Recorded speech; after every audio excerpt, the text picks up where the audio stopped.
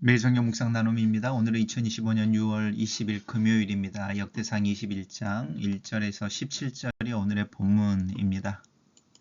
본문을 읽습니다. 사탄이 일어나 이스라엘을 대적하고 다윗을 충동하여 이스라엘을 계수하게 하니라.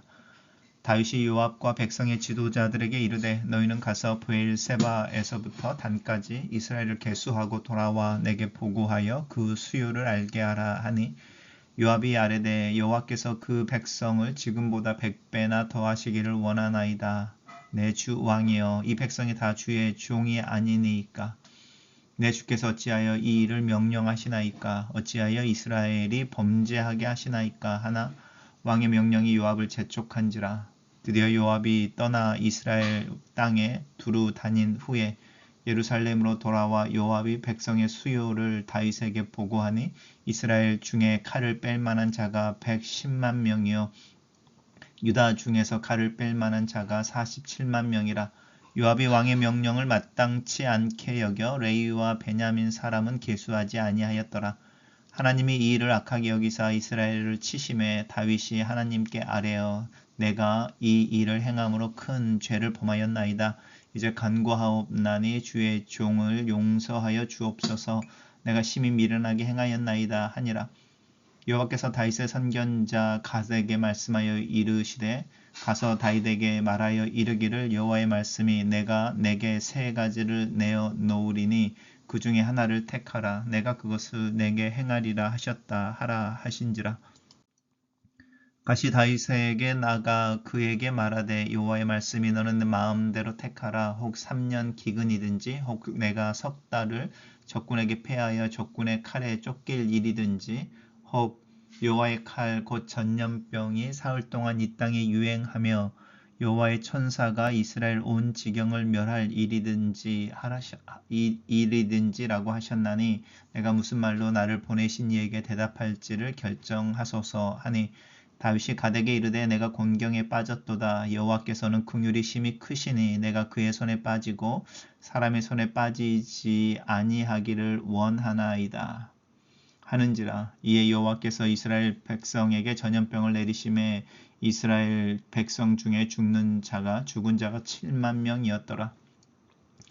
하나님이 예루살렘을 멸하러 천사를 보내셨더니 천사가 멸하려 할 때에 여호와께서 보시고 이 재앙 내리심을 뉘우치사 멸하는 천사에게 이르시되 족하다. 이제 내 손을 거두라 하시니 그때에 여호와의 천사가 여부스 사람 오르난의 타작마당 곁에 선지라. 다윗이 눈을 들어보매 여호와의 천사가 천지 사이에 섰고 칼을 빼어 손에 들고 예루살렘 하늘을 향하여 편지라. 다윗이 장로들과 더불어 굵은 배를 입고 얼굴을 땅에 대고 엎드려 하나님께 아뢰되 명령하여 백성을 계수하게 한 자가 내가 아니니까 범죄하고 악을 행하는 자는 곧 나이니이다.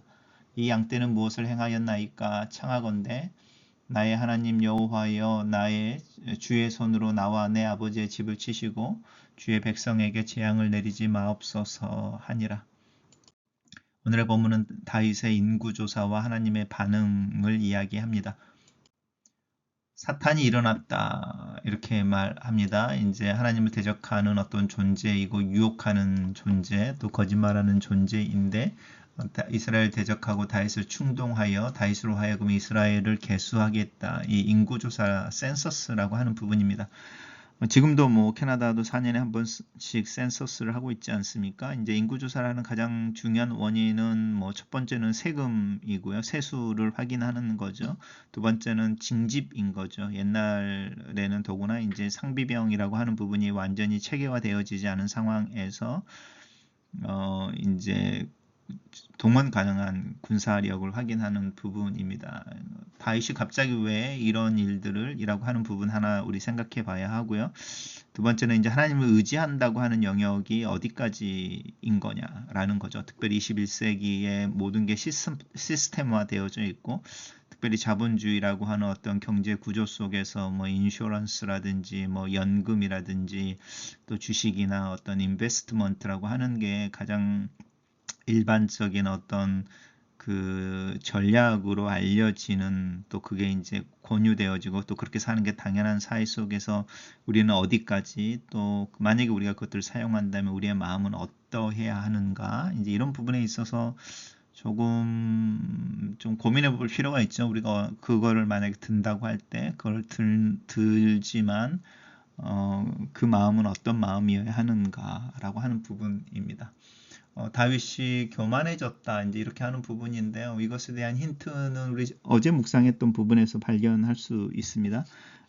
암몬 왕 나하스가 죽고 조문단을 보내고 막 이제 이런 이야기들 속에 나중에 이제 다윗이 암몬을 정복하게 되고, 이제 암몬 왕 한운인가요? 한운이죠. 한운이 쓰고 있던 왕관을 이제 전리품으로 취하게 되는데, 그 왕관이 금으로 만들었고 원 달란트, 금 1달란트였으니까요.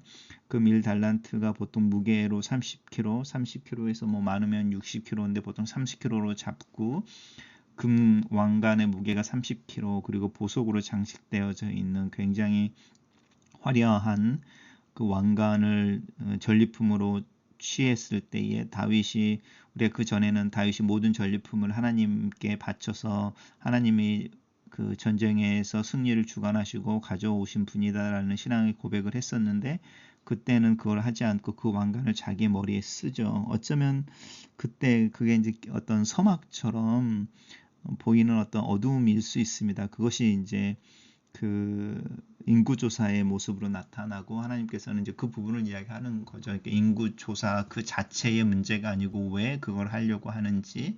근데 그 마음을 요압이 알고 있었던 것 같습니다. 요압은 다윗의 최측근이었고 또 군대 장관이었고 신복이고 뭘 원하는지를 알죠. 우리가 이제 아는 다윗의 유명한 이야기 속에서 밧세바와의 사이의 관계의 문제를 숨기기 위해서 밧세바의 남편을 죽이려고 이제 할 때 요압이죠. 요압에게 편지를 보내고, 요압이 왜 우리야를 죽이려고 하는지를 알고 이제 맨 최전선에 나가서 이제 죽게 하죠. 이제 요압은 다윗의 마음을 아는 사람이었는데, 이 요압조차도 다윗에게 이제 조언을 할 정도로 왜 갑자기 인구조사를 이라고 하는 부분이었습니다. 그리고 이 인구조사라고 하는 부분이 어떤 면에서는 이 백성이 다 주의 백성이 아닙니까? 라고 물을 정도로 이 인구조사가 어떤 차별성일 수도 있고요. 이렇게 차별하는 뭐가 있었을 수도 있고, 우리가 정확하게는 알 수 없습니다.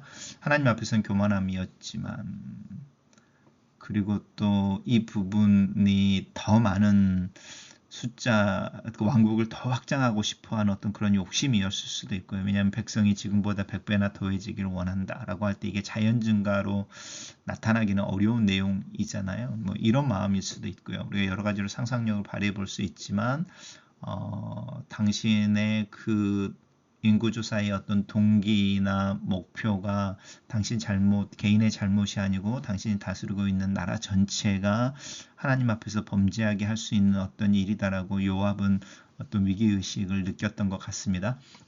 그렇지만 왕의 명령이 요압을 재촉했다라고 말하는 이 표현인 거죠. 왕이 계속 요압을 뭐 우리 말로 이제 쪼았다, 그리고 푸시했다. 그래서 결국은 이제 그걸 이행하는 부분이죠. 그리고 돌아와서 보고하는 게 이스라엘 중에 칼을 뺄 만한 이제 동원 가능한 숫자가 110만 명이다. 예전에도 그렇고 뭐 중국도 그렇죠. 100만 대군이라고 하면 사람들이 가장 많이 모을 수 있는 군사력을 100만 대군 이렇게 말하잖아요. 그 100만 대군을 넘은 숫자니까 이제 솔로몬 시대의 이스라엘 백성들의 숫자가 뭐 하늘의 별 또 바다의 모래같이 많았다 이렇게 말하는 어떤 그 맥시멈이라고 하는 숫자인 거죠. 그 부분으로 이제 요압이 설명하는데, 여기서 또 요압의 어떤 모습을 봅니다. 요압은 왕의 명령을 마땅하게 여기지 않아 레이와 베냐민 지파 사람들은 계수하지 않았다. 그러니까 티가 나지 않을 만한 숫자일 수 있죠. 왜냐하면 베냐민은 12지파 중에 가장 작은 지파이고, 레이도 다 흩어져 살고 있는 하나의 어떤 그룹을 형성하고 있는 숫자가 아니어서 가장 작은 숫자를 뺐다 이렇게 말할 수도 있는데요. 왜냐하면 다윗을 교만하지 않게 하기 위해서 그 두 지파를 빼고도 110만 명이니까 그 두 지파를 합치면 그래도 뭐 최소한 150만 명 이렇게 되지 않았겠습니까? 근데 그 숫자를 다라고 하는 부분인데 이 요압에 대한 서막이죠. 왕의 명령을 마땅케 여기지 않으므로 요압의 또 다른 형태의 교만함이라고 할 수 있죠. 그러니까 다윗의 교만함 그리고 그 명령을 따라 행하는 그의 부하이면서 신복인 사람의 또 다른 형태의 교만함이라고 하는 이중의 모습이 나타납니다. 어쨌든 이제 하나님께서 이 일을 악하게 여기십니다. 다윗이 인구조사를 하는 부분을 이제 좀 이렇게 악하게 여기셨다라는 거, 죄로 여겼다라는 거죠. 정당하지 않은 일로. 그리고 이스라엘을 쳤다 이렇게 말씀하시는데 이제 그 모습이 어떤 모습일지는 저희로는 알 수 없지만 어쨌든 이제 이스라엘을 쳤다. 그래서 상황들이 이제 악화되어진 어떤 상황이 있을 거고 그걸로 이제 다윗이 알아차리는 거죠. 그 일이 왜 일어나는지. 그리고 그것이 자신의 이 인구조사라고 하는 교만함의 어떤 하나님의 징계라고 하는 사실을 그래서 이제 바로 나오죠. 내가 심히 미련하게 행하였나이다. 다윗의 장점이죠. 다윗의 장점이 어떤 일들이 있을 때 곧바로 자신의 잘못을 알아차리고 잘못을 알아차렸을 때 그걸 하나님 앞에 그대로 고백한다라고 하는 것이 다윗의 최고의 강점입니다. 하나님께서 다윗의 선견자 갓 우리가 이제 나단만 아는데 갓 선지자를 통해서 다윗에게 제안을 하는데 이제 징계에 대한 이야기를 하죠. 세 가지 중에 하나를 선택해라. 그 세 가지의 옵션이 뭐냐면 첫 번째 3년 기근, 두 번째 석 달 동안 적군에 패하여 도망 다니는 것, 그리고 세 번째가 이제 사흘 동안의 전염병이라고 하는 부분입니다. 이제 그 징계의 모습 속에 주어인 거죠. 3년 기근은 그냥 자연재해여서 우연히 발생하는 아니면 그냥 어떤 법칙 속에서 발생하는 굉장히 뉴트럴한 건 거고요. 적군에게 패하여라고 하는 부분은 사람이고 특별히 나의 적군인 거니까요. 사람들에게 패하는 부분이어서이고 세 번째는 여호와의 칼 이렇게 이야기해서 이제 그 징계를 집행하는 주도자가 하나님이신 것을 이렇게 암시하고 있습니다. 셋 중에 하나를 선택해라. 그냥 우연처럼 발생하는 뉴트럴한 것을 할래 아니면은 사람의 손에 의해서 좀 도망 다닐래 아니면은 이제 하나님께 맡길래라고 하는 부분입니다. 다윗은 이제 내가 공경에 빠졌다 이렇게 이야기합니다. 그런데 이제 긍휼이 크시다. 하나님은 긍휼이 크시니 내가 하나님의 손에 징계를 받기를 원한다. 왜냐하면 거기에만 변수가 있으니까 라고 하는 부분입니다. 그리고 그렇게 사흘 동안이라고 하는 부분에 이제 전염병이 내려지고 7만 명이 죽었다라고 하는 부분입니다. 이 7만 명이 죽었다라고 하는 것이 그렇게 7만이라는 숫자가 부정적인 숫자는 아니어서요. 하나님의 긍휼을 강조하는 다윗의 범죄에 비해서 작은 어떤 하나님의 징계, 또 긍휼이 담겨 있는 징계다 이런 느낌을 줍니다. 그리고 이제 계속해서 이야기하는 부분이 이제 그 징계가 그 전염병이니까요. 전염병이 어느 시골에서 발생해서 확산되어지지 않겠습니까? 확산되어져 이제 예루살렘이라고 하는 곳까지 확장되어지는 어떤 시점에 그리고 거기에 다윗이 살고 있으니까 그럴 때 하나님이 이제 그 전염병이 확산되어지는 것을 멈추는 거죠. 그것에 그 전염병을 주도해 가는 일을 천사로 이야기하고, 천사가 이제 그 일들을 하나님의 징계의 대리자가 돼서 진행하고 있을 때, 예루살렘에 갔을 때는 하나님이 이제 그만둬라라고 말하는데, 하나님이 이제 뉘우치셨다 이렇게 말합니다. 후회하셨다라는 뜻입니다. 성경에 많이 등장하지 않는 굉장히 흥미로운 표현입니다. 우리는 하나님이 감정이 없으시다. 왜냐하면 감정은 변하는 것이고 감정을 가지고 있다는 건 불완전하다는 뜻이니까 특별히 이 후회했다라고 하는 부분, 뉘우쳤다라고 표현되어지는 부분은 이렇게 어떤 하나님의 완전하시다라고 하는 부분에 굉장히 치명적인 표현일 수 있습니다. 근데 하나님의 긍휼이라고 하는 부분 속에서 내가 너무 심했다 이런 생각을 하게 한다는 거죠. 그러니까 하나님의 사랑이 강조되어지는 표현이기도 합니다. 그래서 거두라고 할 때에 그 이제 부분이고요. 근데 재밌는 것은 다윗이죠. 다윗이 눈을 들어서 하나님이 행하시고 계시는 그 일을 보았다라는 거죠. 그게 이제 다윗의 굉장한 은사일 수도 있죠. 하나님 무슨 일을 행하고 계시는가. 여호와의 천사가 하늘과 땅 사이에 서 있고 칼을 빼어 이제 예루살렘 하늘을 향하여 펴 있다. 그게 이제 내려지면 예루살렘에 이제 이 전염병의 징계가 임하게 되는 부분인데 그때예라고 하는 부분입니다. 굵은 배를 입고 땅에 엎드리고 이제 하나님께 기도하는 거죠. 내가 잘못했으니 나와 내 집을 치시고 주의 백성들에게는 재앙을 내리지 마십시오라고 하는 부분입니다. 제가 궁금한 것은 이 다윗의 이 기도가 언제 있었을까요? 하나님이 이제 우리가 이런 스토리를 읽을 때 이런 스토리들을 시간차로 이렇게 읽으니까 순서대로 가면 하나님이 예루살렘을 멸하지 않기로 이제 멈춰 이런 후에 다윗이 그것을 보고 이렇게 이 기도를 했을까라고 하는 부분입니다. 아니면은 다윗이 이 기도를 했기 때문에 이 재앙을 내리심을 후회하셨다라고 하는 그 앞에 어디에 16절부터 나오는 다윗의 이 깨달음과 기도가 있었을까라고 하는 부분입니다. 아니면은 뭐 어느 사이에 이 부분이 있었을까라고 하는 부분을 한번 생각해 보십시오. 어쨌든 다윗이 영적인 상황을 분별해내는 능력, 그리고 하나님의 징계 앞에서 하나님의 긍휼을 의지하는 모습, 그리고 내가 잘못한 것이니 내 주변에 있는 사람들은 용서해 주시고 그들에게 폐가 가지 않게 해 주십시오라고 어떤 이 책임지는 리더로서의 어떤 역할, 그리고 후회하셨다, 뉘우쳤다라고 표현되어질 만큼 하나님을 오히려 이렇게 불완전한 존재로 드러낼 만큼 강조되어지는 하나님의 긍휼이라고 하는 부분 생각해 보시기 바랍니다. 단락을 요약해 보겠습니다.